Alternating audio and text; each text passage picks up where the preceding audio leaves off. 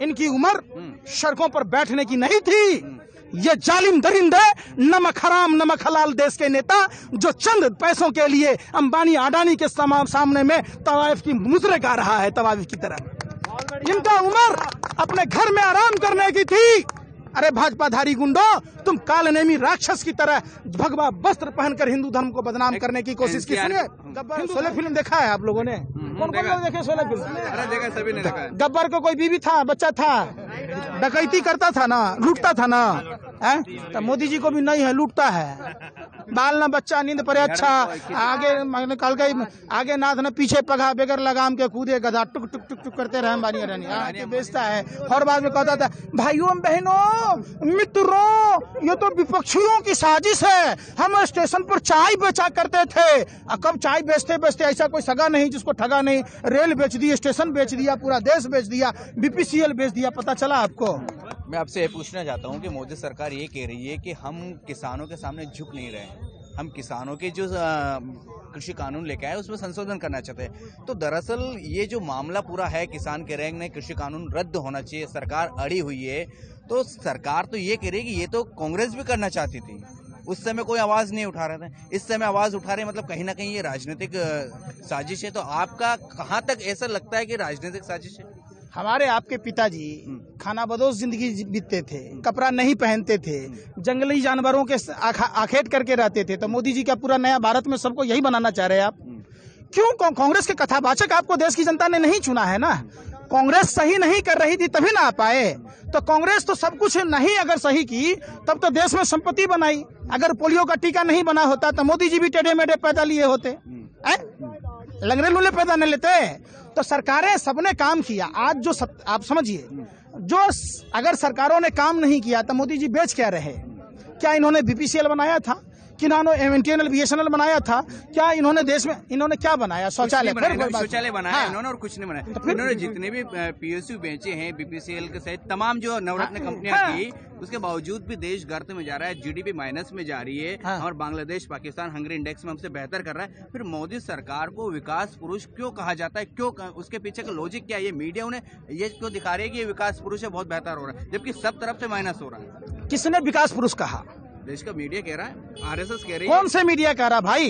जो आप रवीश कुमार जी कह रहे, रवीश कुमार, प्रसून वाजपेयी कह रहे, अभिसार शर्मा, विनोद दुआ, नवीन कुमार कह रहे, नहीं कह रहे ना? कौन कह रहा है? दो कौड़ी का लुच्चा लफंगा पत्रकार अर्नब गोस्वामी कह रहा है, तिहारी सुधीर चौधरी कह रहा है, जिसका मालिक भारत के बैंकों में डकैती डाला। ये जो फिर वही बात, अंजना ओम कश्यप के पति को सीबीओ बनाया गया सीबीसी के विरोध के बावजूद। तो अंजना उनको सब कहती होगी।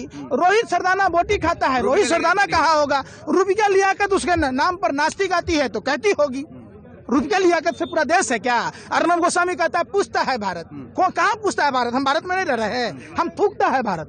आओ आओ जनसंवाद करो ना आप। किसी का डर क्या है? मीडिया का डर क्या है? आखिरकार देखिए, भक्ति क्यों कर रही है मीडिया का डर कुछ नहीं है।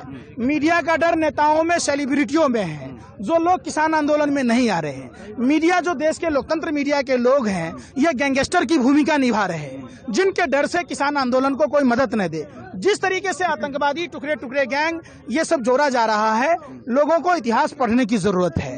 ये धर्म के रक्षक लोग हैं, ये देश के रक्षक लोग हैं, ये मानवता के रक्षक लोग हैं। ये आज पुनः अपनी जान की बाजी, देखिए इनकी उम्र सड़कों पर बैठने की नहीं थी। ये जालिम दरिंदे, नमक हराम नमक हलाल देश के नेता जो चंद पैसों के लिए अंबानी अडानी के सामने में तवाइफ की मुजरे गा रहा है, तवाइफ की तरह। इनका उम्र अपने घर में आराम करने की थी। अरे भाजपाधारी गुंडों, तुम कालनेमी राक्षस की तरह भगवा वस्त्र पहनकर हिंदू धर्म को बदनाम करने की कोशिश की। सुनिए, हिंदू धर्म की रक्षा करने वाले ये लोग हैं, ये लोग देश की आजाद कराने वाले लोग हैं, ये देश की सरहदों को आज भी रक्षा करते हैं। लेकिन मोदी जी कहते थे कि हम आएंगे तो किसानों की आय दुगनी होगी, जबकि एनसीआरबी का डाटा कहता है कि दुनिया में सबसे ज्यादा जो आत्महत्या करता है वो भारत के किसान करता है। तो एक तरफ मोदी जी कह रहे हैं कि हम आय दुगनी करेंगे, दूसरी तरफ वो डीजल बहुत हाई रेट में चल रहा है, पेट्रोल बहुत है, कृषि यंत्र जो है वो बहुत ज्यादा है। सुनिए मोदी जी कैसे करेंगे? भरी जवानी में तो 40 साल भीख मांगा। सुनिए, फिर नहीं कैसे मांगा? अपने मुंह से बोला है तो आप कर दीजिएगा, आपको भी दलाली मिला है क्या? झूठ खबर फैलाइएगा। वो जिस उम्र में बता रहे हैं, वो यूरोप घूमते थे उस उम्र में।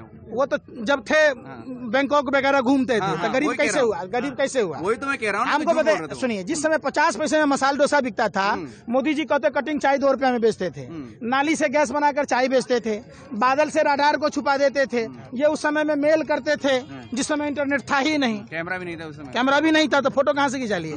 समझे बात? मोदी जी के साथ पढ़ने वाला कोई दोस्त है जो स्कूल में कॉलेज में कहीं पढ़ा हो? मोदी जी को जन्मदिन को लेके भी विसंगतियां हैं। 18 साल की उम्र में शादी किए, 40 साल भीख मांगे, तो 40 18 58 हो गया, तो गुफा में कब गए?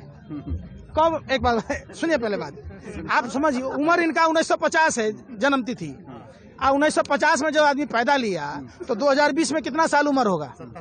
70 साल। तो 40 साल इसने भीख मांगा, भरी जवानी, जब हाथ पर सलामत था तो भीख का झक मराने के लिए मांगा है। 18 साल में शादी किया था, 58 साल। तो एमए इंटायर पॉलिटिकल साइंस कब किया, कब गुफा में गया? हमको बता दीजिए आप। एमए कितने साल में करेगा? मैट्रिक 14 साल में करेगा, इंटर 16 साल में करेगा, ग्रेजुएशन कम से कम 3 साल से 4 साल का होगा, तो 16 4 20 साल हो जाएगा। एमए 4 साल जोड़ लीजिए तो 24 साल हो गया। तो 40 साल भीख मांगा, 18 साल में शादी किया, 24 साल ही जोड़ दीजिए। कौन सा दर्जी 56 इंची का सीना नाप दिया भैया? है कहीं से कि चीन का नाम लेने में प्रधानमंत्री की पतलून गीली हो जाती है? एक बात बताइए, सैटेलाइट ये बताता है कि हरियाणा पंजाब में पराली जलता है, फिर वही बात, इतना भी दलाली नहीं की, फिर वही बात हम जब पूछते हैं, देखिए पत्रकार है, इसका ही मतलब नहीं कि आप अपने रानी अपने रौताइन हो जाइए। जनता की भी बात सुनिए, समझिए बात। जब बात साफ है, जब सैटेलाइट ये बताता है कि पंजाब में हरियाणा में पराली जलेगा तो दिल्ली में प्रदूषण हो रहा है, तो सैटेलाइट ही नहीं बताएगा कि गलवान घाटी में चाइना कब घुस गया जो झूला झूल रहे थे आप? सुनिए पहले बात, तो सैटेलाइट ही नहीं बताएगा कि पुलवामा में कब आतंकवादी वो 300 किलो RDX कहाँ से आया, वो कार किसकी थी? वो DSP देवेंद्र सिंह दिल्ली चुनाव से पहले जब दिल्ली आ रहा था आतंकवादी को लाके, कभी आपने देखा इनको समर्थन में रैली करते हुए? कठुआ में तो बीजेपी वाला इतना बेशर्म बेहाया निर्लज लोग है, ये मुंह में कालिक पोत के डूब मरना चाहिए। कैसी बात कर रहे हैं आप?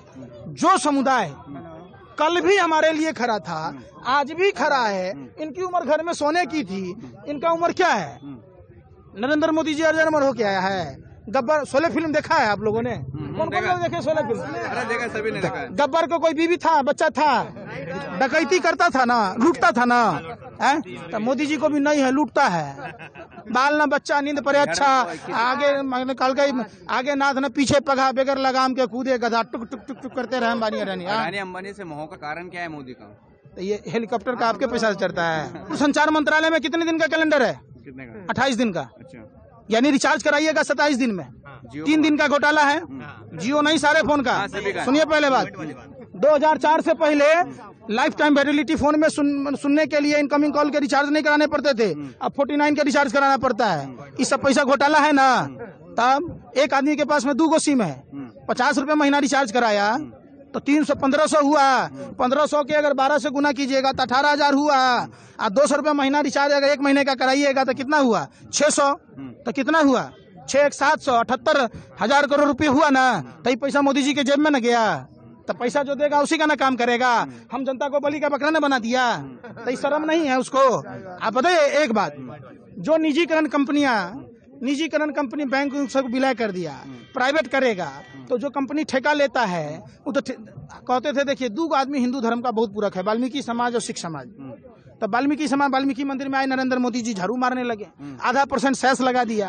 तो वाल्मीकि समाज के सफाई कर्मचारियों को वेतन मिलता है, जो कच्चा में उसका पक्का हुआ। तो सवाल ही माइक लेके कहाँ हमारे पीछे घूमते हैं, जाके पूछे मोदी जी से। फिर वही बात, सरकार से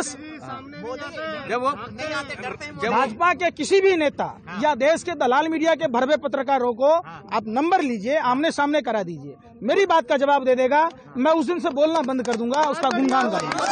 फिर वही बात, आप समझिए। देखिए, रेलवे में लालू यादव टिकट का दाम 1 रुपया कम किया, 50 करोड़ रुपए लोग डेली चलते हैं, यानी कि 1500 करोड़ रुपए का नुकसान रेलवे ने सहा। हजारों करोड़ रुपए के घोटाले में था रेलवे, लालू यादव ने 90,000 करोड़ रुपए के प्रॉफिट में ला दिया। तो क्या कहता था लालू यादव? पटरिया बेच दिया। 3 रुपए का प्लेटफॉर्म टिकट था, मोदी जी 20 रुपए कर दिया, आधा भारत में 50 रुपए कर दिया। ठीक है, टिकट के दाम फ्लेक्सिबल कर दिए, जहां के टिकट 200 रुपए 300 रुपए के थे, वहां 1000 1500 रुपए लिए जा रहे हैं। लोगों को घर से आने नहीं दिया जा रहा कि किसान आंदोलन में नहीं आए, काम पर नहीं जाए। अब उस रेल की स्थिति देखिए कि रेल घाटे में है, स्टेशन बेच दिया, चाय बेचते बेचते कब स्टेशन बेच दिया।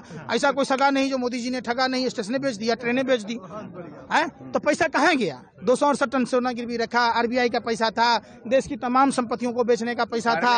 अपने आप को राजा हरिश्चंद्र कहता है, झूठ जैसे राजा हरिश्चंद्र को सत्य बोलने के लिए जाना जाता है, देश को बर्बाद करने के लिए आधुनिक भारत के जयचंद प्रधानमंत्री, भस्मासुर प्रधानमंत्री नरेंद्र मोदी को झूठ बोलने के लिए जाना जाए। एक सवाल और, मोदी जी जो ईमानदार पत्रकार है, रवीश कुमार, विनोद हुआ, नवीन कुमार हुआ, पुण्य प्रसाद वाजपेयी हो गए, ये उन्हें चैलेंज कर चुके हैं, इन्हें इंटरव्यू क्यों नहीं देते? इसके पीछे लॉजिक क्या है? डरते हैं, चमकते हैं, भय क्या है आखिरकार आपकी नजर में? अगर नहीं डरते, दाल में काला नहीं ना है, पूरा दाले काला है। जो बादल गरजता है वो बरसता नहीं है, नहीं समझे? तो यही बात है। किसानों की समस्या कोई बहुत बड़ी समस्या नहीं है। देश के नेता जो सत्ता में बैठे लोग हैं ये सुलझाना नहीं चाहते। और रंजन गोगोई जैसे जज हैं जिसने अपना जमीर बेच रखा है, उसके लिए तो कुछ कहना ही नहीं है। आज न्यायपालिका, कार्यपालिका, विधायिका, चौथा हो गया लोकतंत्र के चौथे स्तंभ कहे जाने वाले मीडिया के पत्रकार, ये चारों मिलके देश को गर्त में ढकेल दिया। देश अगर गुलाम होगा तो इन चारों का स्थान होगा। चलिए, बहुत बहुत धन्यवाद आपका, बहुत अच्छा लगा आपसे बात करके।